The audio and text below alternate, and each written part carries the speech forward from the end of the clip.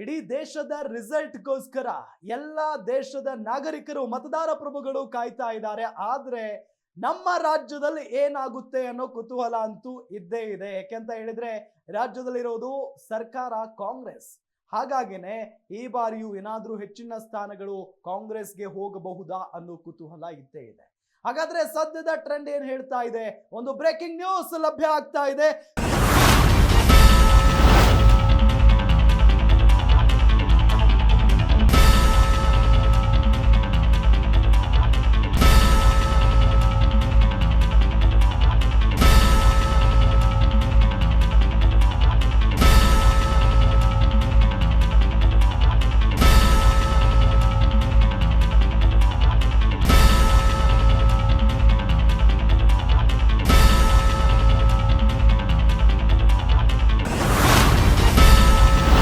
ಕರ್ನಾಟಕದ ರಣರೋಚಕ ಕ್ಷೇತ್ರ ಬೆಂಗಳೂರು ಗ್ರಾಮಾಂತರ ಕ್ಷೇತ್ರದಲ್ಲಿ ರೋಚಕ ಕದನ ಏರ್ಪಟ್ಟಿದೆ.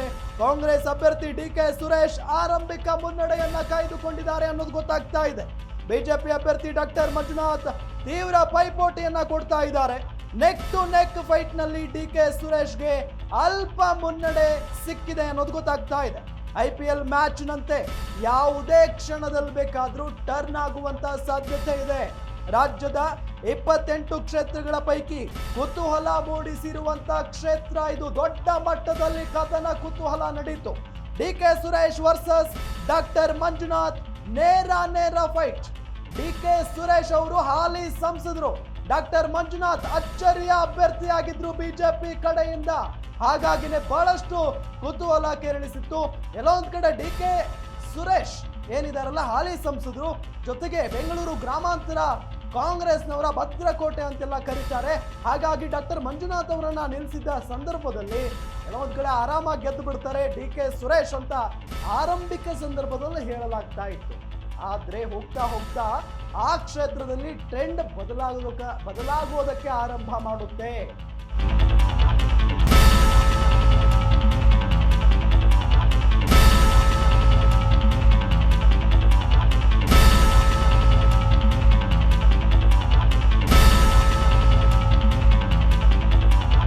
ಬಿಕಾಸ್ ಅಲ್ಲಿ ಬಿಜೆಪಿಯಿಂದ ಘಟಾನುಘಟಿ ನಾಯಕರು ಹೋಗಿ ಪ್ರಚಾರವನ್ನ ಮಾಡೋದಕ್ಕೆ ಶುರು ಮಾಡ್ತಾರೆ. ಎಲ್ಲಾ ಬಿಜೆಪಿಯ ನಾಯಕರು ಹೋಗಿ ಪ್ರಚಾರವನ್ನ ಮಾಡ್ತಾರೆ. ಜೊತೆಗೆ ಈ ಡಾಕ್ಟರ್ ಮಂಜುನಾಥ್ ಅವರಿದಾರಲ್ಲ, ಅವರು ಉತ್ತಮ ಹೆಸರನ್ನ ಮಾಡಿದ್ದಾರೆ.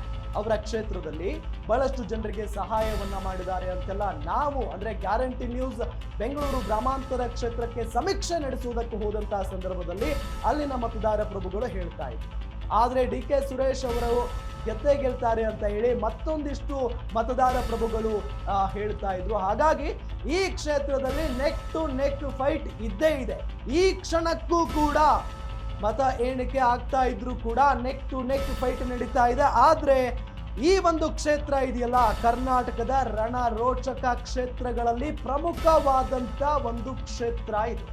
ಪ್ರಮುಖವಾದಂತ ಕ್ಷೇತ್ರ ಬಿಕಾಸ್ 2019 ಲೋಕಸಭಾ ಚುನಾವಣೆಯಲ್ಲಿ ಕಾಂಗ್ರೆಸ್ನ ಅಭ್ಯರ್ಥಿ ಗೆದ್ದಂತ ಒಂದೇ ಒಂದು ಕ್ಷೇತ್ರ ಯಾವುದಪ್ಪ ಅಂದ್ರೆ ಅದು ಬೆಂಗಳೂರು ಗ್ರಾಮಾಂತರ ಕ್ಷೇತ್ರ. ಒಂದೇ ಒಂದು ಕ್ಷೇತ್ರವನ್ನ ಕಾಂಗ್ರೆಸ್ ಗೆದ್ದಿತ್ತು 2019 ಲೋಕಸಭಾ ಚುನಾವಣೆಯಲ್ಲಿ.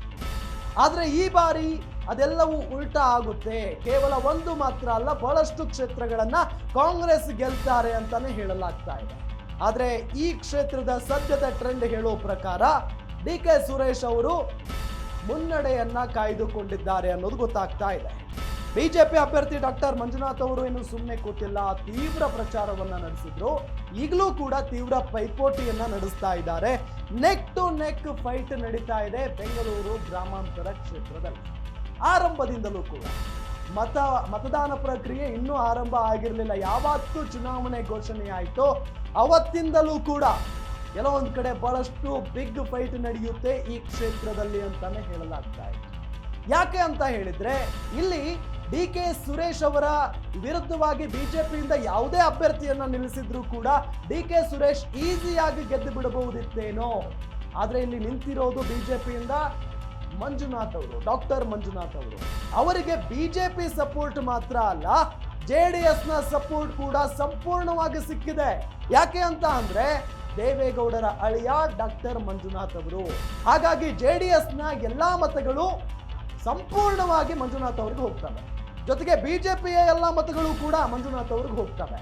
ಹಾಗಾಗಿನೇ ಸಹಜವಾಗಿ ಇಲ್ಲಿ DK ಸುರೇಶ್ ಅವರು ಚಿಂತೆಗೀಡಾಗಿದ್ರು. ಆದ್ರೆ DK ಶಿವಕುಮಾರ್ ಅವರು ಇದಾರಲ್ಲ, ಬಹಳಷ್ಟು ತಂತ್ರಗಾರಿಕೆ ಮಾಡಿದ್ದಾರೆ ಈ ಕ್ಷೇತ್ರದಲ್ಲಿ. ಈ ಬಾರಿ ತಮ್ಮ ಸಹೋದರನನ್ನ ಸೋಲೋದಕ್ಕೆ ಬಿಡಲ್ಲ ನಾನು ಅಂತ ಹೇಳಿ ಬಹಳಷ್ಟು ಫೈಟ್ ಮಾಡಿದ್ದಾರೆ. ಜೊತೆಗೆ ಪ್ರಚಾರ ಕಾರ್ಯದಲ್ಲೂ ಕೂಡ ಭಾಗಿಯಾಗಿದ್ರು. ಹಾಗಾಗಿ ಈ ಕ್ಷೇತ್ರ ಇದೆಯಲ್ಲ, ಕೆಲವು ಗಂಟೆಗಳನ್ನು ನಾವು ಕಾಯಲೇಬೇಕು. ಈಗಲೇ ನಾವು ರಿಸಲ್ಟ್ ಹೇಳೋದಕ್ಕೆ ಆಗಲ್ಲ.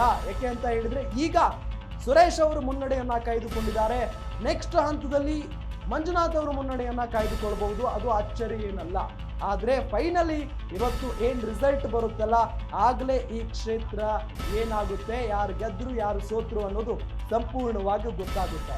ಬೆಂಗಳೂರು ಗ್ರಾಮಾಂತರ ಕ್ಷೇತ್ರ ಇದೆಯಲ್ಲ, ಇದು ಇವತ್ತಿಗೂ ಕೂಡ ರಣರೋಚಕ ಕ್ಷೇತ್ರ. ಬಿಕಾಸ್ ನಾನು ಈಗಾಗಲೇ ಹೇಳ್ಬಿಟ್ಟಿದ್ದೀನಿ, DK ಸುರೇಶ್ ಅವರು ಒಬ್ರು ಸಂಸದರಾಗಿದ್ದಂತ ಕ್ಷೇತ್ರ ಇದು ಕಾಂಗ್ರೆಸ್ನಿಂದ. ಹಾಗಾಗಿ ಈ ಬಾರಿ ಈ ಕ್ಷೇತ್ರವನ್ನ ನಾವು ಕಿತ್ಕೊಳ್ತೀವಿ ಅಂತ ಹೇಳಿ ಬಿಜೆಪಿ ಅವರು ಕೂಡ ತೊಡೆ ತಟ್ಟಿ ನಿಂತಿದ್ದಾರೆ.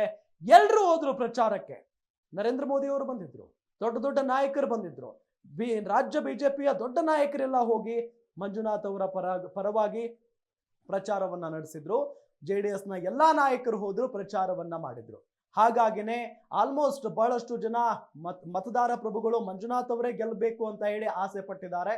ಆದ್ರೆ ಇಲ್ಲಿ ಕಾಂಗ್ರೆಸ್ನ ಬಿಗ್ ಬೆಲ್ಟ್ ಇದೆ, ಜೊತೆಗೆ ಭದ್ರಕೋಟೆ ಅಂತ ಕೂಡ ಕರೀತಾರೆ. ಹಾಗಾಗಿ ಏನ್ ಬೇಕಾದ್ರೂ ನಡಿಬಹುದು. DK ಸುರೇಶ್ ಅವರನ್ನ ಸೋಲಿಸೋದು ಅಷ್ಟು ಸುಲಭ ಅಲ್ಲ. ಆದ್ರೂ ಈ ಟ್ರೆಂಡ್ ಎಲ್ಲೋ ಒಂದ್ ಕಡೆ ಮಂಜುನಾಥ್ ಅವರು ಸ್ವಲ್ಪ ಅಲ್ಪ ಹಿನ್ನಡೆಯಲ್ಲಿ ಇದ್ದಾರೆ ಅನ್ನೋದು ಗೊತ್ತಾಗ್ತಾ ಇದೆ. ಸುರೇಶ್ ಅವರೇ ಮುನ್ನಡೆಯಲ್ಲಿದ್ದಾರೆ ಅನ್ನೋದು ಗೊತ್ತಾಗ್ತಾ ಇದೆ.